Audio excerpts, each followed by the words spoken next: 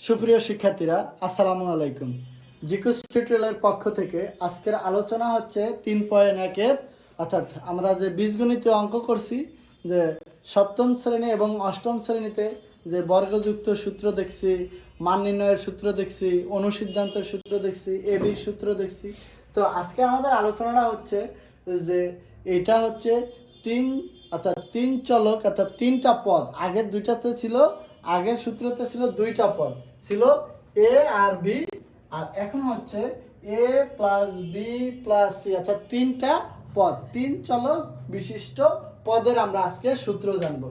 তো এই সূত্রটা আমাদের দুই চলক বিশিষ্ট x plus a x plus b, এটাকে সূত্র করলে আমরা পাই x square plus a plus b into x plus a b.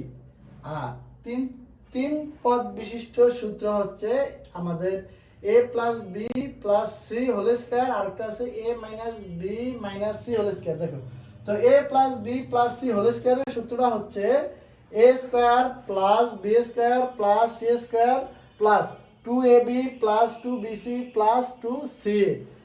R a square অর্থাৎ a minus b minus c whole square, এটার সূত্র হচ্ছে a square plus b square plus c square minus 2ab plus 2bc minus 2c। আর একটা সূত্র আছে 2 into ab plus bc plus c equal a plus b plus c whole square minus a square plus b square plus c square. আর একটা সূত্র হচ্ছে a square plus b square plus c square equal a plus b plus c whole square minus 2 into a b plus bc plus c. এই মূলত আমার পাঁচটা সূত্রের ভিতরে এই তিনটা সূত্র হচ্ছে আমার তিন পদ বিশিষ্ট সূত্র। আমরা একটু আগে দেখাইছি যে এ প্লাস বি অর্থাৎ দুই পদ বিশিষ্ট, এখন আমার আরেকটু পদ একটা বাড়ছে, সেটা হলো পদ সি অর্থাৎ চলক সি। এই তিন চলক বিশিষ্ট সূত্র আমরা করে পাইছি এইটা। তো এইভাবে আমাদের প্রত্যেকটা সূত্র আসছে। তো আমরা বাসায় অবশ্যই প্র্যাকটিস করব এবং দেখে দেখে কয়েকবার লিখব।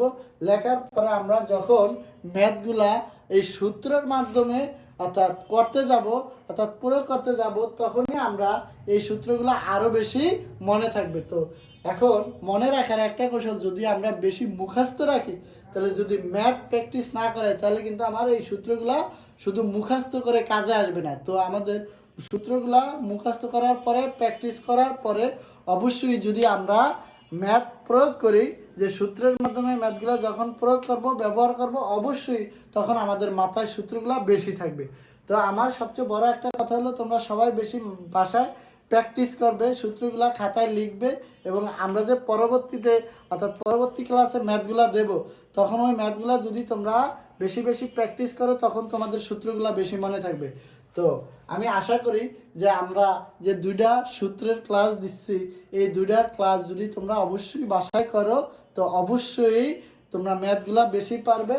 আর আমরা চেষ্টা করব ইজিভাবে ম্যাথগুলা বোঝানোর। তো দুই চলক বিশিষ্ট বর্গযুক্ত সূত্র আমরা ম্যাথের মাধ্যমে প্রয়োগ করে দেখাবো, তিন চলকটা আমরা দেখাবো যখন আমরা ম্যাথ করব। তো আজকের ক্লাস আমার এই পর্যন্তই ছিল। সবাইকে ধন্যবাদ।